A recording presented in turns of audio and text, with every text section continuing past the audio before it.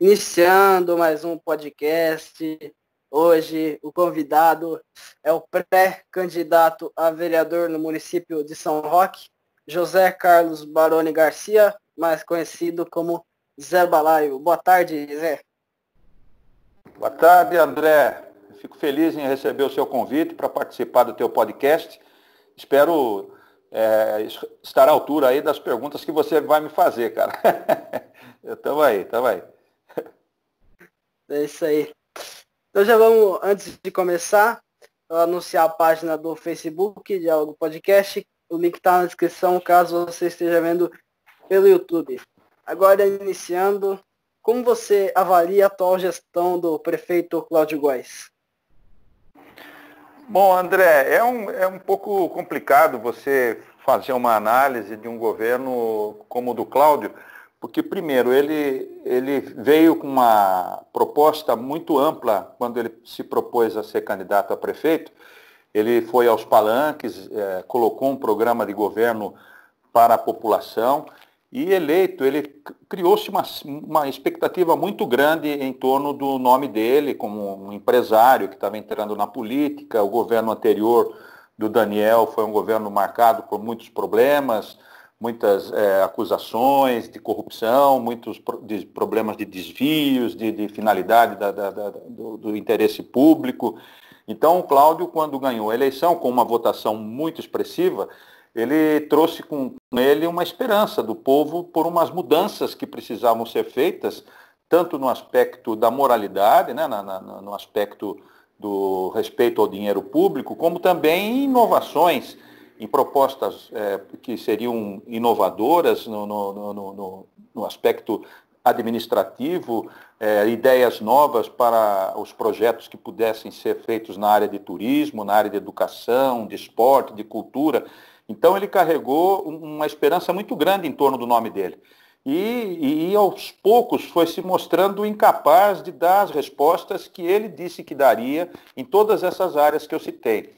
E ele, de uma certa forma, ele frustrou a população, os eleitores que acreditaram nele, porque ele se mostrou muito inseguro, uma pessoa muito travada, uma pessoa que não permitia que os seus assessores tomassem algumas medidas porque poderiam estar comprometendo ou até dando sinais de que isso não fosse o melhor. Então, ele se mostrou muito inseguro no trato da coisa pública. Eu acho que ele também, por falta de experiência na área pública, ele achou que poderia dar um ritmo mais acelerado às coisas e não foi isso que ele encontrou. Ele encontrou dificuldades econômicas, mas ele já sabia disso antes, mas ele não soube sair disso e dar um cunho mais vibrante para o governo dele, com ideias novas, mobilizando mais a população. Então ele ficou muito travado e fez com que isso, a população fosse foi um grau de descontentamento muito grande, aparecendo em pesquisas e tal. Ele começou até a perder o apoio na Câmara Municipal e depois ele conseguiu, mal ou bem, recompor essa base na Câmara, mas ainda de uma forma muito precária. Ele tem digamos assim, um ritmo de trabalho muito complicado para as necessidades do povo. Ele é muito lento nas respostas às grandes dificuldades do povo. E também, quando se trata de um problema sério, como, por exemplo, do transporte coletivo, como um problema como no plano diretor, que demanda uma série de discussões, uma série de pessoas envolvidas, muitas discussões, essas coisas ficaram muito complicadas, chegaram até a perder prazo, no caso do plano diretor, e no caso do transporte coletivo, ele ficou praticamente refém da empresa, porque a empresa exigiu muita coisa dele, e ele, com medo de perder a empresa, ele foi cedendo, e quem pagou com isso foi a população. Então, a minha avaliação do governo dele é um governo que não deixou uma marca, não está deixando e não vai deixar, porque nem tem tempo para isso, e depois foi envolvido pela questão do coronavírus, que aí tirou todo o foco da parte administrativa, e hoje a administração é voltada para um problema de ordem de saúde, que precisa cuidar da população e até nisso também ele deu alguns problemas, no sentido de que ele precisou tomar uma medida lá com relação ao Hospital São Francisco e ele tomou uma medida um tanto quanto drástica, no meu modo de ver, poderia ser melhor negociada e essa situação, e ele acabou levando a questão para a justiça e não se sabe onde pode chegar digamos assim, essa disputa entre a prefeitura e o Hospital São Francisco. E mais uma vez, se ele perder, quem vai pagar caro por isso é a população. Então, a minha avaliação é a avaliação de um governo que deixou muito a desejar por não saber colocar em prática aquilo que se propôs nos palanques por época da campanha eleitoral dele. E como você analisa a situação política de São Roque? Como você avalia a próxima eleição? Como você projeta um cenário? Que cenário você projeta? Então, André, é o seguinte, o cenário que a gente pode, qualquer cenário que a gente vá desenhar, de expectativa, de esperança, ela passa por essa questão do coronavírus, né? Então, nós estamos reféns dessa situação. Então, até o calendário eleitoral pode ser alterado em função desse problema seríssimo que nós estamos vivendo. Então, você veja, a situação que a gente passa hoje, ela vai interferir diretamente no futuro. Então, a campanha eleitoral que está se avizinhando já, ela vai ter que tratar, claro, de todos os assuntos, saúde, educação, mas sob a ótica da questão do coronavírus. Nós não sabemos se já, a partir de janeiro do ano que vem, nós teremos uma normalidade, digamos, voltar àquele normal que a gente vivia. Vai ser muito difícil, André. Vai demorar muito para a gente ter uma vida normal como nós levávamos, se é que vamos ter uma vida normal, daquele jeito que nós tínhamos. Vai tudo passar por um novo normal, como se costuma dizer hoje em dia, o novo normal. Então, a campanha eleitoral ela vai ter que ter esse desafio, né? Ela vai falar digamos assim, dos projetos em todas as áreas, mas e os recursos para isso, se a economia vai estar profundamente alterada, profundamente afetada? Nós não sabemos os recursos que o município disporá no orçamento de 2021, no orçamento de 2022, 2023 e 2024, que é a duração do próximo mandato. Então, nós não sabemos ainda como vai se comportar essa situação financeira dos municípios, né?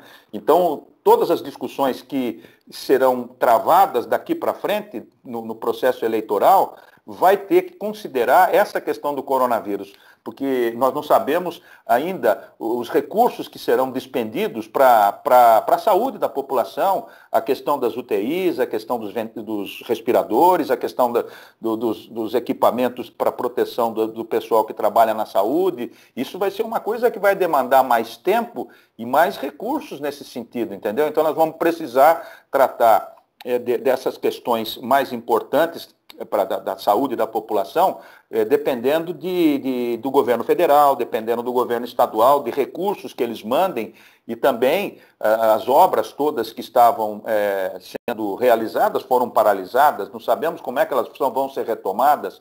A prefeitura está num ritmo de paralisação, ela só está trabalhando efetivamente nas emergências e na saúde. Então, os próximos candidatos a prefeito terão que colocar nos seus programas de governo pontos muito claros a esse respeito. Como é que eles vão tratar, como é que eles pretendem tratar do município numa situação de pandemia, porque em janeiro, que inicia o próximo mandato, ainda nós vamos estar vivendo reflexos deste momento que nós estamos passando hoje, entendeu? Então, vai se arrastar por um bom tempo, talvez o primeiro ano do próximo governo ainda vai estar sob os reflexos desse problema do coronavírus. Então, nós vamos ter bastante pé no chão, não pode ser feito nenhuma promessa, o candidato que fizer promessas mirabolantes vai ser uma figura, digamos assim, de gozação, porque não há como você colocar no seu programa de governo coisas que você colocaria numa situação fora da pandemia. Agora, com a pandemia, as coisas vão ter que ser voltadas como os novos governantes enfrentarão esse período ainda de pandemia que vai persistir por mais algum tempo, entendeu? É essa avaliação que eu faço, um desafio para os candidatos, tanto a vereadores como a prefeitos, né?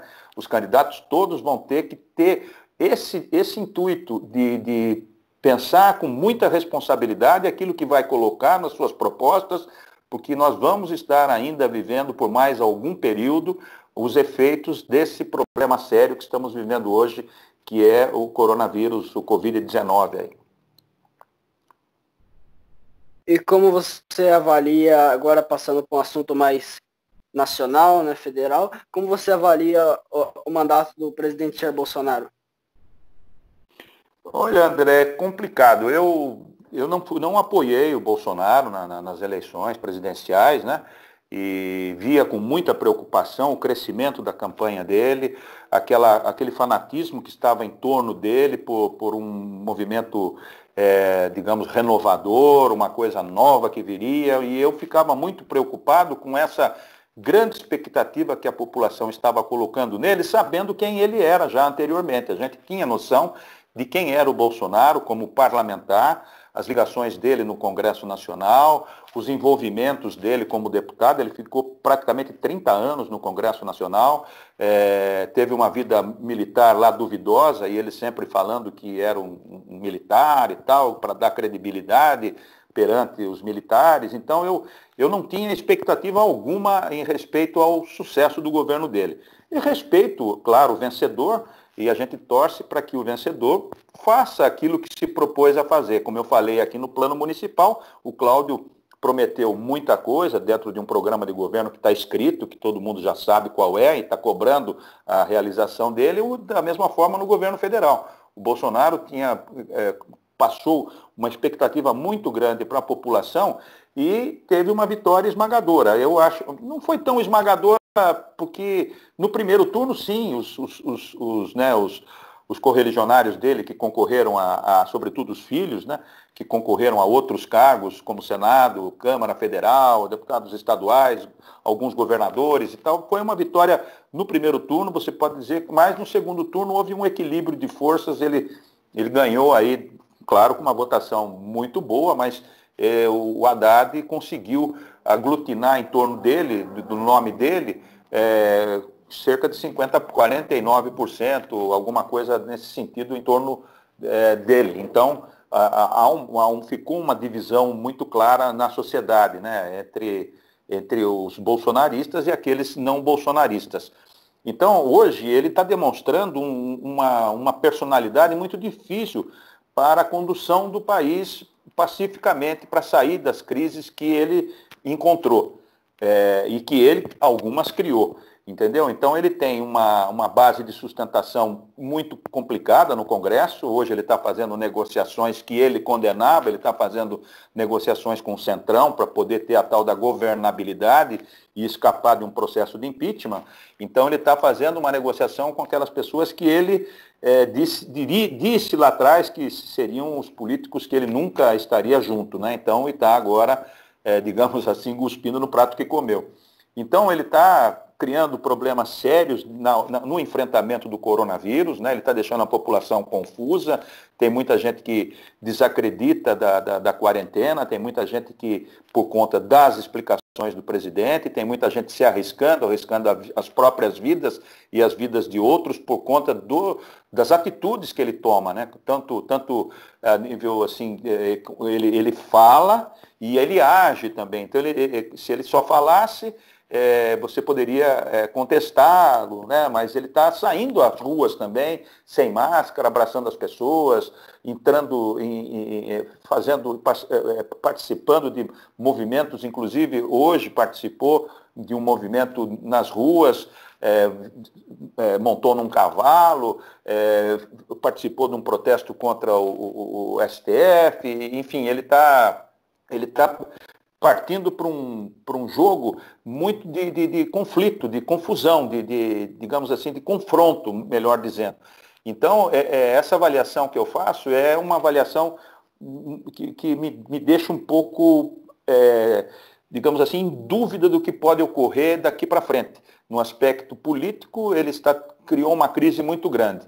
No aspecto do enfrentamento desse problema de saúde, ele criou um problema muito grande. Então, as pessoas hoje estão se digladiando nas ruas. Você pega hoje um evento que está ocorrendo na Avenida Paulista, já estão quase que se confrontando. Tem pessoas já com taco de beisebol, outros ali do outro lado da Paulista provocando.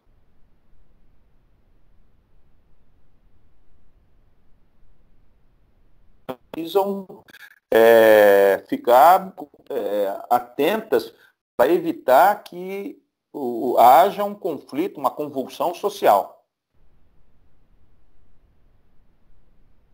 E agora, vamos falar mais do coronavírus. Como você avalia também o combate ao coronavírus feito pelo presidente da República e pela prefeitura do município de São Roque? Então, a Prefeitura de São Roque, a gente acompanha mais de perto, né, o programa Linha Aberta do Vander Luiz, que você conhece bem, tem dado uma cobertura bem bonita, bem positiva nesse sentido. A gente acompanha todos os pronunciamentos do prefeito, todos os pronunciamentos dos seus assessores diretos da área de saúde, principalmente da diretora de saúde, o pessoal que o cerca lá nessa área, chefia de gabinete, enfim, a Daniela, o Marcelo, todos os pronunciamentos, você vê que são pronunciamentos, digamos assim, voltados para os cuidados que a população precisa ter neste momento. Então, não são ponderados, embora sofrendo as pressões para a reabertura do comércio, sofrendo a pressão, o governo municipal tem se mostrado, digamos assim, dentro de uma expectativa que nós temos que ter dos nossos governantes, que é baseada nos atendimentos prioritários da saúde, com as avaliações médicas, as avaliações epidemiológicas, enfim, das avaliações do pessoal técnico, né? Então, a gente percebe que há toda uma preocupação nesse sentido. Claro que você vê algumas falhas, toma uma atitude, volta um pouquinho atrás e tal. E no governo federal, o que a gente vê são orientações meio desencontradas, tanto é que você vê a troca de 2 ministros da saúde neste período de crise, entendeu? Então, você vê que em São Roque há uma certa sintonia na assessoria de saúde com o prefeito. Então, o prefeito tem, digamos assim, acatado as orientações do seu pessoal técnico para tomar algumas medidas, entendeu? Mesmo agora, com esse decreto de flexibilização, estão sendo observadas algumas medidas que vão exigir dos comerciantes algumas atitudes. Não é só abrir, é também tomar cuidados, não só com o pessoal que trabalha no comércio, como também para as pessoas que vão entrar naquele estabelecimento. E esses cuidados a gente está vendo aqui em São Roque ocorrer. O contrário que está ocorrendo no governo. O governo está atrasando no envio dos recursos para os municípios, o governo era para dar mais possibilidade para os municípios testar a população, né? E isso não está ocorrendo de maneira adequada. Os equipamentos, as coisas que são da alçada do governo federal estão atrasando. O governo estadual toma medidas em consonância ali com seus assessores também das áreas técnicas e está dando uma resposta mais rápida aos municípios. Claro que existem as pressões para que flexibilize um pouco mais esta área que ficou com uma determinada tonalidade aí mais crítica. Eu quero chegar logo naquela cor que me dá mais flexibilidade. Não, eu estou muito numa área vermelha lá, que eu não posso fazer nada, eu dependo das orientações de cima. Então, eu não tenho mais autonomia que eu preciso ter aqui no meu município, eu preciso sair dessa faixa vermelha aí que me colocaram. Então, esse tipo de pressão é uma pressão que ocorre, mas ela está sendo tratada de uma forma, digamos assim, mais democrática, né? Então, o governo federal está fazendo muita confusão e não está dando respaldo para os governos estaduais e os governos municipais. Agora houve uma emenda, uma proposta lá em Brasília, que foi aprovada na Câmara, o presidente vetou alguns artigos, mas de qualquer forma foi aprovada uma ajuda aos governos do Estado, da ordem de 6 bilhões de reais, para que possa também fazer frente a esse momento crítico. Talvez haja uma distribuição que São Roque até chegue a receber um quinhão desse valor todo que foi distribuído aos governos estaduais. Então, eu vejo isso, não há uma unidade de ação, há ainda muito atropelo, o governo federal fala alguma coisa, repercute rápido no meio da população, porque ele é uma pessoa que tem lá os seus correligionários e todos aguardam o pronunciamento dele, e normalmente os pronunciamentos dele são em confronto com as ideias dos prefeitos e dos governadores, que estão vivendo mais de perto os problemas, as mortes crescendo, as contaminações crescendo, e isso sempre trazendo muita preocupação para todos nós. E ainda continuando na área da saúde, o que você pensa sobre um possível lockdown? Você acha positivo ou negativo? Não, o lockdown, eu creio que ele deveria ter sido tomado há um tempo atrás. Não, agora ficou muito difícil você trabalhar essa questão do lockdown, porque ele precisa de uma logística muito ampla para que você possa implementá-lo e ele surtir resultado, né? Você veja como é que você implanta uma medida muito restritiva, de fechamento mesmo, onde você vai ter que ter controle rigoroso sobre as pessoas que saem às ruas, sobre o que realmente elas vão estar fazendo, a paralisação de todas as atividades, ou a diminuição da circulação do transporte coletivo, de todos eles, né, e dos individuais também. Enfim, essas medidas poderiam ter sido tomadas um pouco mais lá atrás, e hoje você estaria vivendo a flexibilização. Então, como as medidas que foram tomadas não foram muito duras, elas deixaram uma porta muito aberta para a dificuldade de controle. Então, para você implantar hoje o lockdown, você vai ter que ter um apoio logístico até das Forças Armadas, cara, porque não vai ter condição de você fazer com que haja esse tipo de medida restritiva e muito restritiva sem você ter um apoio digamos assim, de impedimento de que haja realmente a circulação das pessoas e que elas fiquem restritas aos seus lares e só saiam para as necessidades mais básicas possíveis, que seriam a comprar alimento, e a uma farmácia, e acho que praticamente só isso, entendeu? Então você não teria muitas liberdades individuais aí, elas ficariam cerceadas e teria que ter um controle muito grande. E você tem dificuldades hoje de você implantar medidas dessa natureza sem um suporte de retaguarda para que isso realmente seja efetivo, né? Porque você pode correr o risco de se implantar um lockdown e ele ser um fracasso. Então é melhor o governo tentar, agora que ele não implantou no momento que eu achava que era mais correto, que as pessoas estavam mais assustadas, né? Estava vendo que a tal da contaminação estava indo num processo muito acelerado, e agora as pessoas parece que estão meio que relaxadas, parece que o negócio não é tão grave, e é grave ainda, nós não passamos ainda pelo pior momento, infelizmente, André. E agora vamos chegando mais perto do final. Voltando agora para a discussão municipal, a última pergunta: você tem um candidato a prefeito? Você apoia alguém para a prefeitura de São Roque? Então, André, eu nesse processo todo aí eleitoral, a gente imaginava, claro, dentro daquela normalidade que a gente vinha vivendo, né?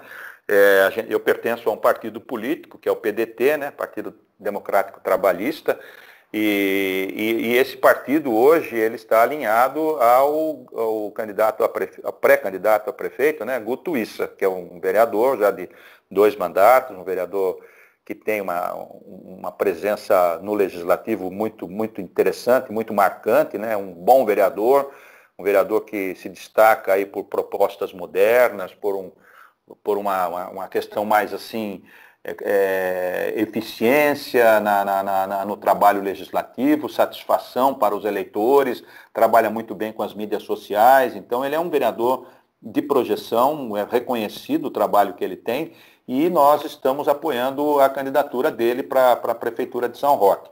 E nesse aspecto que eu quero deixar bem claro, é que agora o desafio é diferente do que a gente estava vivendo naquele período, digamos assim, de normalidade, onde a gente se falava com mais frequência, a gente ia mais à reunião, a gente podia opinar, a gente podia elaborar um artigo, discutir esse artigo, enfim, fazer uma proposta para inserir no programa de governo.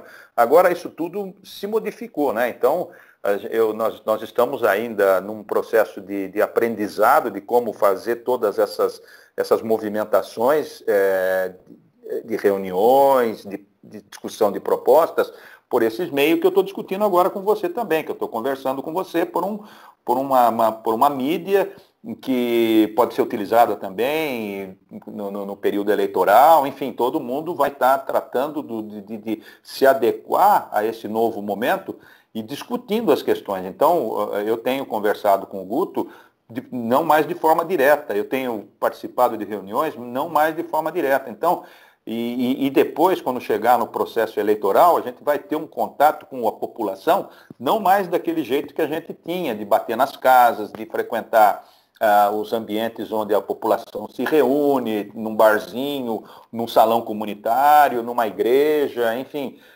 A gente vai ter restringido toda essa ação política, vai ser muito restrita, entendeu?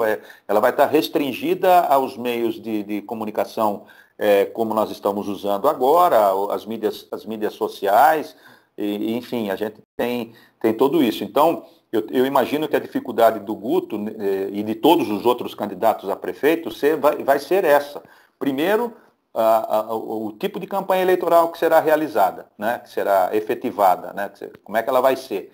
E segundo, como é que vai ser esse programa de governo, como é que ele terá uma condição de você garantir determinadas conquistas, garantir determinadas possibilidades de realização, se nós não sabemos o comportamento econômico do país como um todo e principalmente do município, que é, no nosso caso, São Roque. Então, eu vejo isso, nós temos um candidato, mas nós temos também um desafio. Que campanha eleitoral será essa?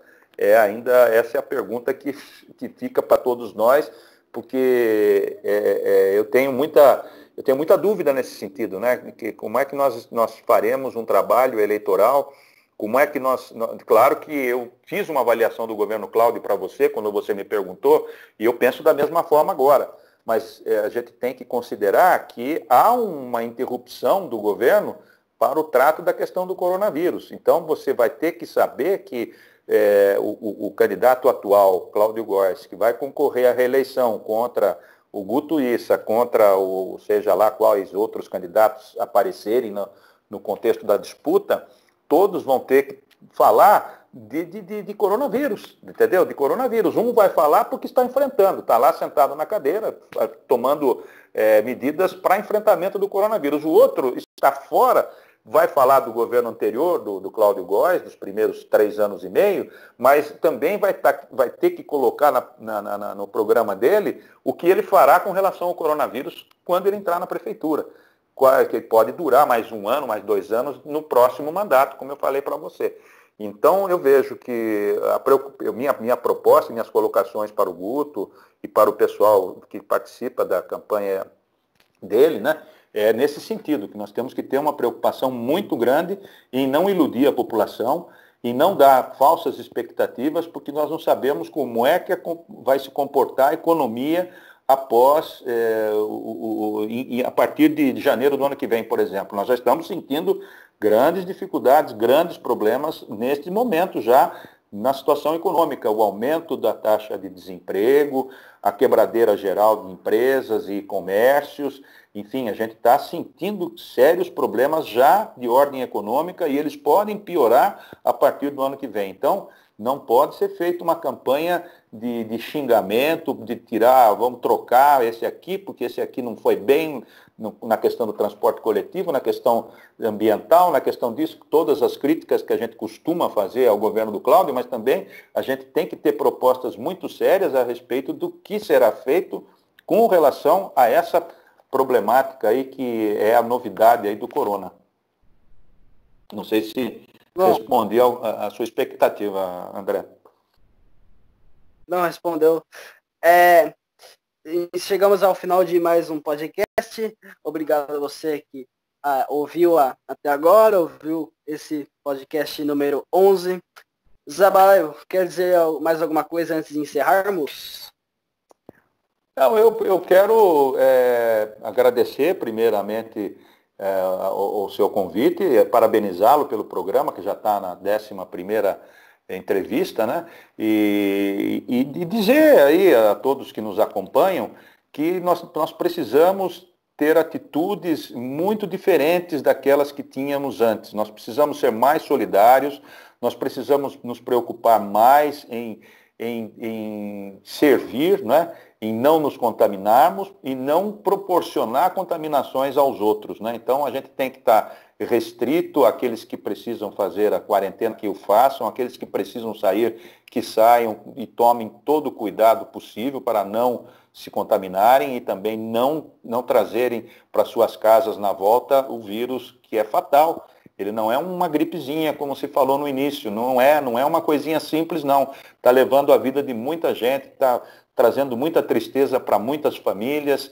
Enfim, é uma coisa que a gente precisa ter em mente, que nós temos que ter atitudes diferentes agora com relação à nossa sociedade. Nós precisamos perceber que existe as pessoas muito que passam terríveis dificuldades, seja no jeito de morar, seja no jeito de comer. Então nós temos que ver agora que nós temos um Brasil frágil, um Brasil que pode levar milhões de vidas embora e contaminar milhões de pessoas pelas próprias desigualdades sociais que nós tínhamos antes e que às vezes nós fingíamos que não víamos. A gente até ficava meio indiferente a isso, e a indiferença é uma das piores atitudes que a gente pode ter. Então, eu acho que a gente tem que sair disso sendo também um ser humano diferente, um ser humano mais consciente das defesas que a gente precisa ter sociais, do meio ambiente, enfim, a gente tem que pensar muito nisso daqui para frente, André. Eu agradeço muito